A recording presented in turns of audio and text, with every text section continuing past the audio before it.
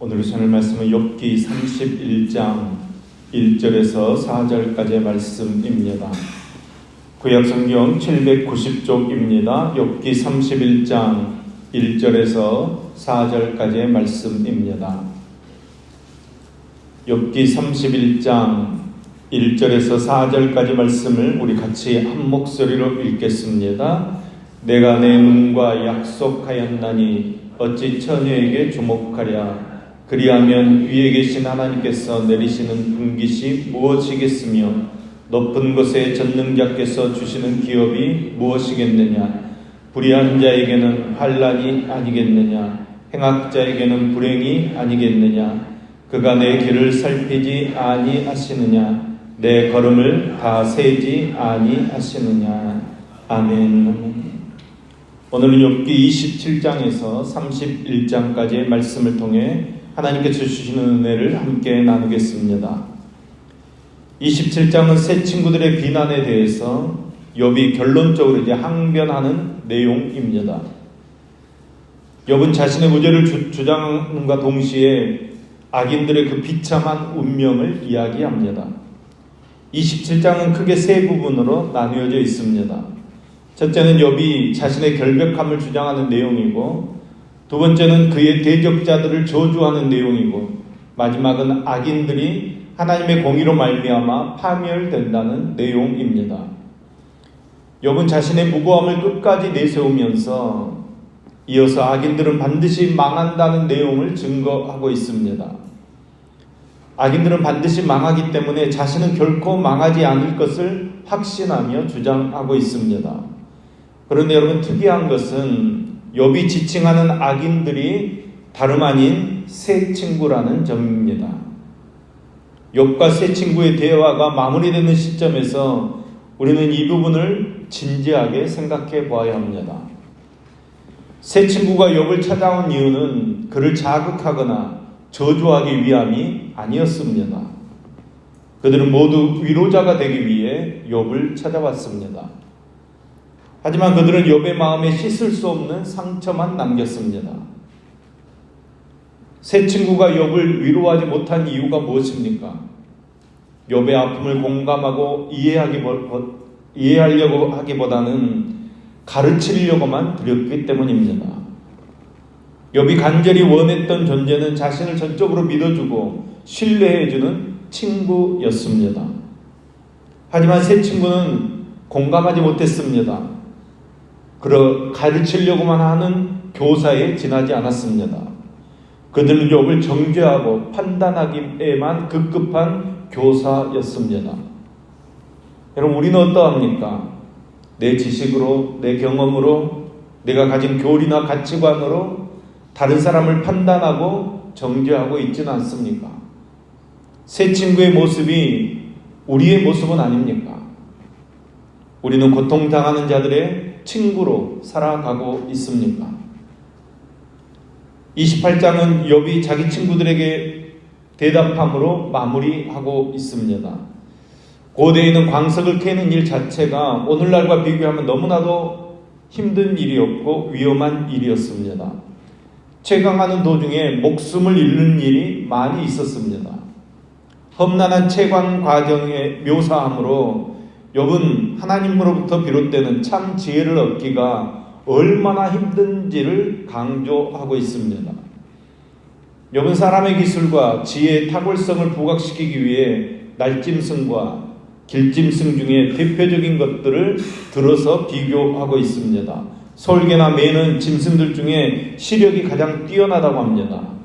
또한 사자는 백수의 왕이라고 할 만큼 용맹스럽고 위험 있는 짐승입니다. 그러나 이들의 시력과 용맹으로도 땅속 깊숙이 묻힌 보석은 찾아낼 수 없습니다. 결국 하나님의 전능하심과 인간의 유한성을 드러내기 위해 매와 솔개, 사자를 비유로 설명하고 있습니다. 그만큼 지혜를 얻기가 힘들다는 것입니다. 지혜는 하나님께서 세상에 주신 질서입니다. 사람들이 온갖 연구를 하고 그 결과 얻은 기술로 세상을 다스리게 되지만 사람은 하나님에게만 있는 지혜에 이를 수 없는 것입니다. 그 지혜를 손에 넣을 수도 없다고 계속해서 주장하고 있습니다. 지혜를 쉽게 얻을 수 없음을 지속적으로 설명하는 가운데 오늘 본문에 동일한 질문이 2번 등장합니다. 지혜는 어디서 얻을 것이며 명철이 있는 것은 어디인가? 이 질문에 대한 답변이 28절 말씀입니다. 또 사람에게 말씀하셨도다. 보라, 주를 경외함이 지혜요 악을 떠남이 명철이니라. 아멘. 이 28절 말씀이 아마 욥기의 주제라고 말할 수 있겠습니다. 결국 하나님을 모르면 다 모르는 것입니다. 하나님을 알게 되면 그때부터 모든 것을 알 수 있는 지혜의 길이 열리게 된다는 것입니다. 그러므로 진짜로 지혜로운 사람, 진짜로 똑똑한 사람은 하나님을 아는 사람이라는 것입니다. 29장은 욥의 독백을 이어가고 있습니다. 욥이 아름다웠던 지난날을 회상합니다. 2절부터 하나님의 우정이 장막 위에 있었다고 이야기하며 또 전능자가 자기와 함께 있었다고 하면서 그 당시 누렸던 그 영화를 회상하고 있습니다. 빈민과 도와줄 자를 도와줬기 때문에 망하는 자도 자기를 위해서 복을 빌어줄 정도로 많은 불쌍한 사람들을 자기가 도와주었고 장애인들도 도와주었고 또 불의한 자들을 혼내주기도 했고 때문에 많은 사람들이 비를 기다리듯이 자기를 기다렸다고 이야기하고 있습니다. 백성들에게 진정으로 존경받는 지도자였다는 것을 말하고 있는 것입니다. 그런데 이제 30장이 되면 욥의 한탄이 이어집니다. 과거에는 존경받는 지도자였는데 지금은 조롱받고 개보다도 못한 처지에 있음을 이야기하고 있습니다. 그것은 하나님께서 자신을 한없이 낮추신 까닭이라고 이야기합니다. 하나님께서 지등 가운데 던져버리셨고 티끌과 제각게 하셨다고 말하고 있습니다. 30장 20절 말씀입니다. 내가 주께 부르짖으나 주께서 대답하지 아니하시오며 내가 섰사오나 주께서 나를 돌보지 아니하시나이다. 아멘. 목이 쉬어라 하나님 찾습니다. 그러나 하나님께서는 대답하지 않으십니다. 욥을 철저히 외면하십니다. 이것이 하나님을 그토록 신뢰하던 욥에게는 더욱더 커다란 시련이 되었습니다. 그래서 그는 더 이상 희망을 기다리지 않습니다. 죽음을 기다립니다. 하나님께서 자신을 핍박하시고 잔혹하게 하시고 큰 바람 속에서 자신을 소멸시키실 것이라고 고백하고 있습니다. 31장은 다시 친구들의 공격에 대한 마지막으로 맹세까지 하면서 무죄를 주장하는 욥의 모습을 보게 됩니다. 우선 성적인 부분과 관련해서는 처녀들을 음욕의 대상으로 보지 않기로 자기 눈과 언약을 세웠다고 말하고 있습니다. 욥은 아무도 보지 않는 그 순간에라도 어김없이 감찰하시는 하나님의 눈을 항상 인식하며 살았던 사람입니다. 그리고 욥은 두 번째로 돈과 관련해서도 구별된 삶을 살았습니다. 고대 내외제 시대에 살았던 욥이지만 자기 종들을 하나님께서 창조하신 동일한 인격체로 존중해 주었고 하나님을 두려워함으로 그들에게 부당한 처사를 행하거나 그들의 개인적인 사정을 멸시치 않았다고 이야기하고 있습니다. 또한 그는 사회적 약자들을 돌보며 필요를 채워준 일도 등한히 하지 않았다고 이야기하고 있습니다. 자신이 가진 돈과 힘으로 재판을 굽게 하거나 재판석에 앉아있는 지인들을 통해서 부당한 돈을 취하지 않았다고 고백하고 있습니다. 이처럼 물질과 관련하여 거룩한 삶을 사는 것은 어떻게 벌고 어떻게 사용하는가의 문제를 뛰어넘어서 그리스도인으로서 사회를 향한 거룩한 책임을 다했다는 욥의 고백임을 우리가 알 수 있습니다. 그러니까 욥은 모든 케이스에 있어서 하나님을 경외하는 그 마음으로 삶을 살았다고 고백하고 있습니다. 그래야 했기 때문에 남들이 자신에게 어떤 과한 행동을 하더라도 그것을 용서해 줄 수 있었고 그가 할 수 있는 것은 그것을 그냥 피하는 길밖에 없었다고 이야기합니다. 23절 말씀입니다. 나는 하나님의 재앙을 심히 두려워하고 그의 위엄으로 말미암아 그런 일을 할 수 없느니라. 다른 사람에게 피해주는 일을 하지 않았다는 것입니다. 왜 그렇게 다른 사람에게 피해주는 일을 하지 않았습니까? 하나님을 두려워하고 하나님의 위엄을 생각했기 때문이라고 이야기하고 있습니다. 하나님께서 내리시는 심판이 얼마나 무서운지를 잘 알고 있었기 때문에 나는 그런 파람치한 짓은 할 수 없었다고 욥이 고백하고 있습니다. 여러분, 이런 삶의 자세는 매우 중요한 자세입니다. 그러하게 욥기서는 시가서이면서도 또한 지혜서라고 합니다. 성경 가운데 지혜서는 바로 이런 삶의 분명한 지혜를 우리에게 가르쳐 주는 것입니다. 오늘 우리는 수천 년 전으로 거슬러 올라가 욥이 자신의 무죄를 주장하는 말을 설득력 있게 듣고 있습니다.